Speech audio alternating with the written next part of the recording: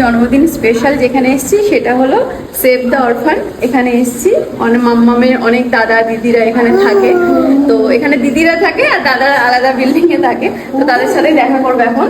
এখানেই মাম্মামের birthday celebration হবে। আমার অনেক দিনের ইচ্ছা ছিল, বলতে পারো ছোট থেকেই, সুযোগ পেলেই বাচ্চাদের জন্য বা মানুষের জন্য কিছু করার, সেই ইচ্ছাটা আজ আমি পূরণ করলাম। আমার মেয়ের জন্মদিন উপলক্ষে এই ছোট ছোট বাচ্চাগুলোর সাথে দেখা করতে এসেছিলাম। এই জায়গাটার নাম হলো সেভ দ্য অরফান অনাথ আশ্রম।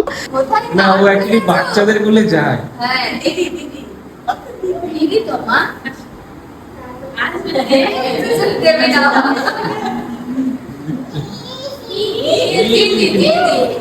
কোথায় এসেছো মা? তুমি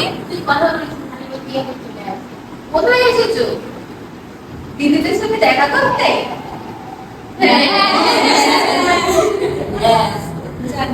আমাদের আস্তে আস্তে একটু লেট হয়েছে, এখন 8:10 বাজে আর বাইরে মুষলধারে বৃষ্টি হচ্ছে।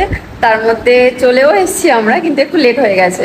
তো যাই হোক, এই যে মামা উঠে গেছে একটা দিদির কোলে। উঠাই না মা, এই যে কোথায় উঠেছো?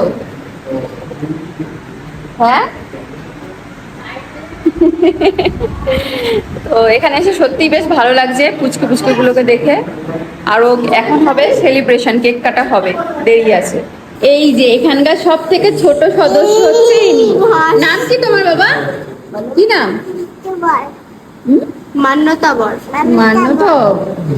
ও, দেখেছো না? দেখেছো তোমার মতো একটা? এই যে এখানকার সব থেকে ছোট সদস্যর সাথে দেখা হয়ে গেছে টুইঙ্কেলে। এই যে তুমি কিসে পড়ো? বলে না কিসে পড়ো? কেজি কেজি ক্লাস 1 ক্লাস 1 পড়ে। মা তুমি কিসে পড়ো? বাড়িতে। হ্যাঁ হ্যাঁ, মাম্মা এমনি বাচ্চা দেখলে খুব ইয়ে করে, ও বাচ্চা খুব ভালোবাসে। ওটার নাম কি? মান্যতা বল। বাহ, ওয়ানে পড়ে? না না টিভিতে পড়ে। তাই বলতে কে ওয়ানে কে পড়ে কে বলবে? ও তো বললো ওয়ানে পড়ে। পাক্কা পাক্কা ওয়ানে পড়ে। এই বন্ধু আমি তো বন্ধু বলি। এই বলো দিদি। বন্ধু পড়ে যাবে পড়ে যাবে পড়ে যাবে। আচ্ছা, আমি আছি পিছনে, পিছনে করে দেখবে যে আমি আছি কিনা। ওখানে খুব করে দাও, আমি চলে যাবো।